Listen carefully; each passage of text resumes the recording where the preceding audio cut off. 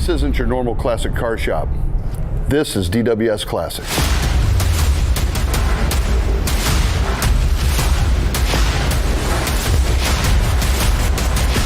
Whether it's buying them to flip them, building them to show them, or just driving the wheels out of them, we've got the best jobs in the world.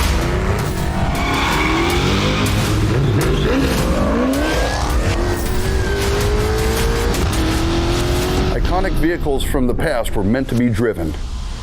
This is history driven.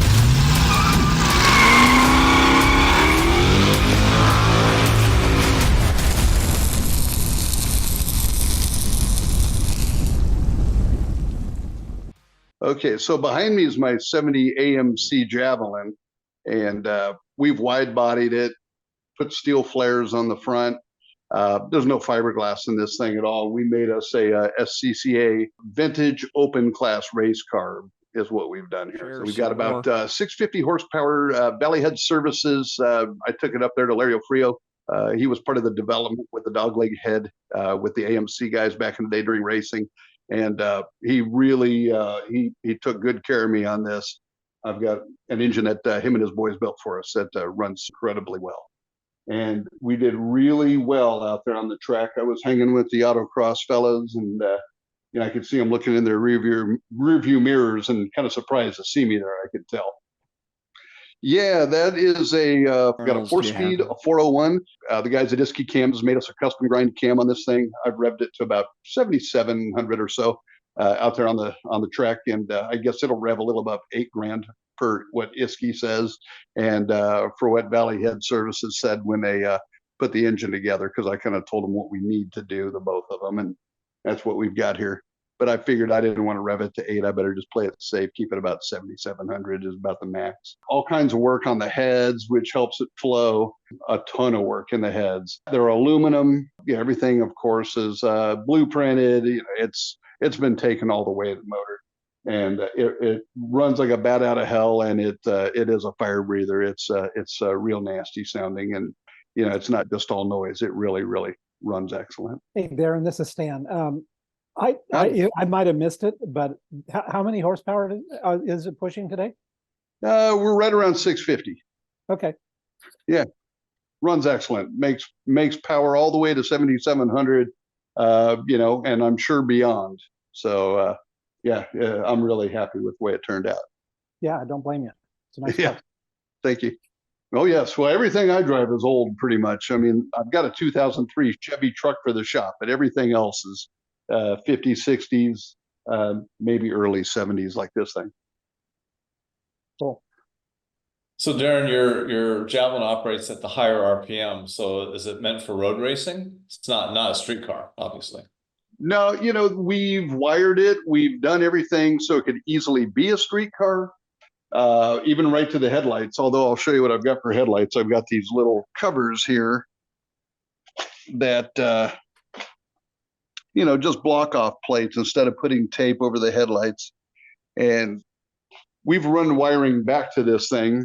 If we need to, we could put the headlights in the buckets and, remove those little covers and we could go. So brake lights work. We even have emergency turn signals and flashers and everything else. So I just got to actually use it. But so far it's only been on the track. It's got a spoiler, and it was so low that we damaged it after the Grand National Roadster Show. Yeah, we were, in 2019, we took a C10 with Hillborn injection through the hood and a lot of crazy touches, and it's also an autocross truck. And it has about 650 horsepower, and it's got TCI, all their suspension underneath it, and torque arm rear, and all kinds of stuff. And so we made a really nice show truck that is also very capable of going to the track and performing well. It's just way too nice. It probably never should. And the SEMA people really liked it. We go with mothers every year, and the mothers people thought we would do well, and indeed we did. We were top 3 truck. We made it to the decorated dozen. I got myself a jacket from the SEMA people, Battle of the Builders, and all that jazz because of that. And we ended up on the TV show, and hey, we're one of the best 12 vehicles at SEMA according to SEMA, and one of the three best trucks there also. And that year we lost out, and the Ring brothers eventually won that one. What we do is, we're a small shop, and we do get some good budget stuff.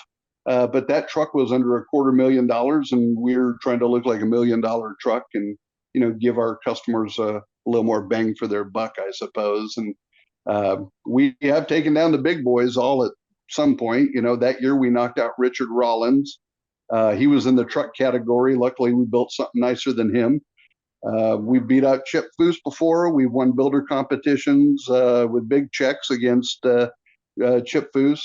We were not so happy when he showed up to one of the builder competitions we were invited to. We thought he'd win for sure, and we ended up winning it. So it surprised us. And I guess that's kind of what we're known for is, if you're not the big budget, super rich guy, but you got a pretty good budget, we'll make you look like it's, probably cost 2-3 times more than what you actually spent is kind of our thing, I guess.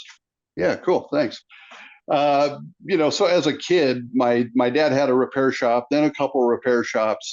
When he was in the Army, he was a helicopter mechanic.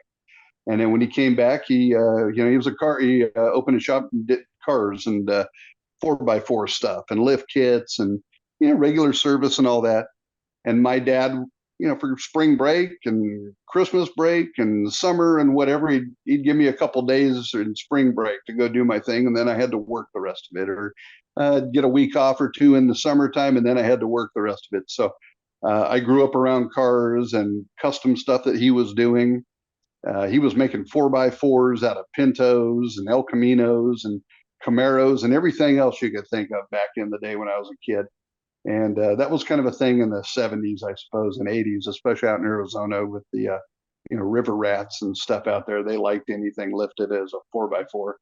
So, that's how I got my start. And my first car before I was 16 was a 69 Mach 1. And then after that, I've pretty much always had old cars. And I worked at the dealership for many years, and I got sick of the dealership thing. And, just that rat race is kind of a pain. And I decided to do my own thing. I got fed up one day, gave my notice, and haven't looked back really. I worked at some Toyota dealers is where I started out.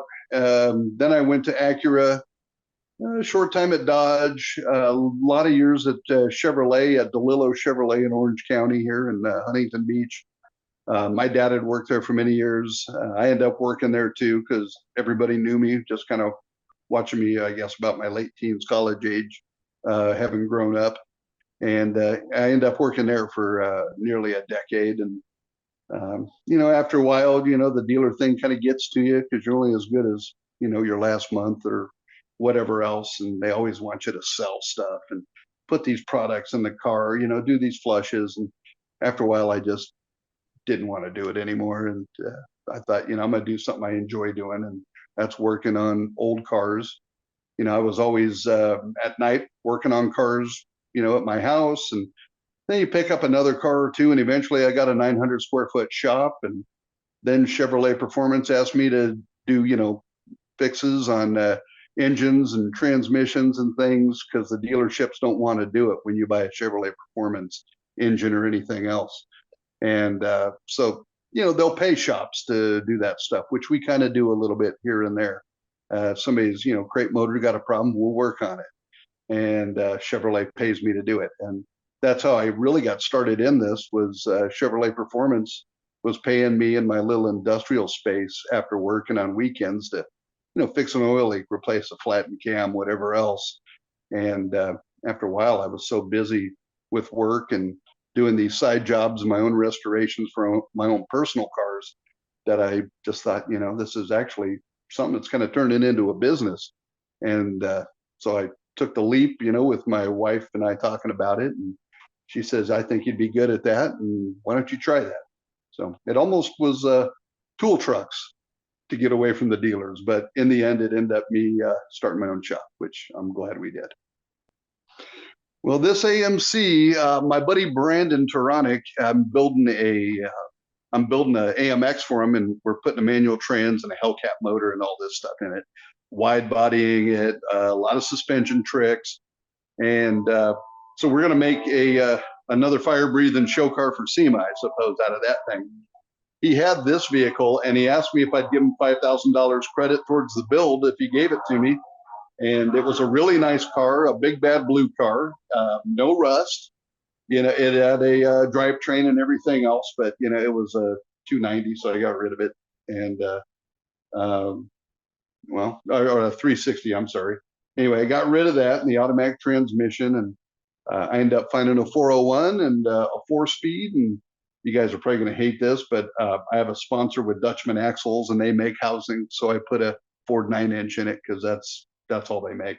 Yeah, and it's open class for SCCA, so I could have put an LS or anything else in this thing, but I really didn't want to. But you know, really, I ended up with it by accident because I tried to sell the thing, you know, big bad blue car and everything else, and you know, a couple guys looked at it. The door had been replaced on the driver's door and didn't have the proper tag, and so it scared guys off. And eventually, I just said, "The heck with it." You know, I'm going to try on the cheap to build a road race or something I can go out and beat up on and whatever else.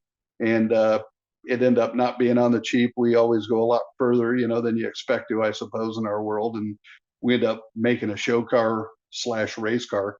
And I actually said, the heck with it. It's my car, whether it's a show car or not, and went to SEMA and all that stuff. You know, I took it to the track. I beat the heck out of it and, you know, did pretty good. Broke the linkage for 3rd and 4th halfway through the day, but up till then, I was whipping up on everything except for the fastest couple of autocross cars that were out on the track. And everybody was wanting to look at the car, of course, before racing. And then after they saw what I was doing, you know, they wanted to go over the car with me and talk about it. And, you know, it's all old technology except for the disc brakes, maybe.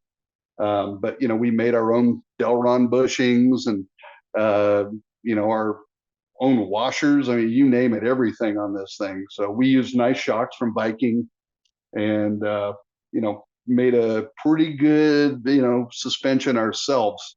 A mix of some stock stuff, poly stuff, some stuff rubber, the Delrin, of course, impregnated metals, you name it, and made a lot of little bits to make the suspension better underneath, and it worked.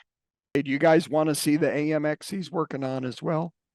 Car, we did a lot of custom stuff on this thing. Okay. And here we go. Anyway, we put a different hood and made different fender extensions up front and a custom grill. And he's got some ideas about some stuff that, you know, I don't know if it's what I would have done, but in the end, it's going to be a really nice car. It's a cool Cadillac color. It's a candy color. And he's putting a 390 in the thing. Yeah, it's a 68. And then, you know, he's going to put 2 antennas in the back like your Impala and some different stuff. And, you know, the concept car had wire wheels. And so we're going to put some wire wheels like the concept car. I guess we're kind of doing a bit of a concept car throwback on this thing. We did make a custom grill. And the grill on this is going to be... well, it hides the headlights and everything else, kind of like an RS Camaro. So it's got some special touches. And as we get a little bit further, yeah, I suppose we can revisit it. But right now, there's some electrical going on, as you can see here. And, you know, he's just making a driver out of the thing. But albeit a nice driver. Now, Darin, at your shop, I see on the website you do fabrication. Do you do paint? Do you do engine assembly? What all are the different services that you're offering there? Well, you know, for the most part, we do a lot of fabrication, and we keep that in-house. The paint we send out because it's a pain in the ass in a body shop. It's tough enough to keep up with everything as we do already. So I've got a buddy that's had a body shop that, you know, we've known him for about 2.5, 3 decades now. He's done all of our work for us, and I have him do everything that we need, and he does a heck of a job, and he's a hell of a painter, and his boys know what they're doing, and you know, we're happy with his work, and I'm happy to let him own the body shop and handle all this stuff for us. I just want to comment, Darin, that it's come a long way. I picked up the rear end from you out of that car. Oh, dude, years yeah. ago. Mark Fletcher. Yeah. So did I try to sell you this car too? I forget. You did. Yeah. but at the time, I've got the 70 Mark Donahue Javelin, the green one. So That's right. yeah, so anyway, but no, it's come a long way. And in fact, the AMX was silver last time I saw it as well. Wasn't Yeah. it silver out there in front? Yeah. Yeah. Yeah. We've got another one out there too. Another, and it's got a lot of options. And we're going to start on that one whenever we get through with the Hellcat powered one that we're building for the same guy. So probably a couple years down the road, there's another one out there that is a big bad blue, got the black hockey stripe, you know, and all that stuff. Another really cool car. So nice. Yeah. Very good. So yeah, we're kind of getting to be AMC guys a little bit. I mean, I always wanted an AMX, and this kind of landed in my lap by accident. And I'm really glad it didn't work out the way it did. It's strange how things work, but yeah, it's what happened. Turned out beautiful. The rear end out of that car ended up in Paul Heller's car, 70 AMX that he did. So yeah. Cool. All right. Well, I'm glad it got used and went to a good home and didn't go to the scrap metal guy eventually. No, I stored it for about 2 years, and then Paul blew up his rear end or let the bearings go or something, and he needed a rear end to throw under there quick. So he did that. Bitchin'. Yep. All right. Good. All right. Well, good seeing you again. Good to see you again, Darin. Thank you. Yeah.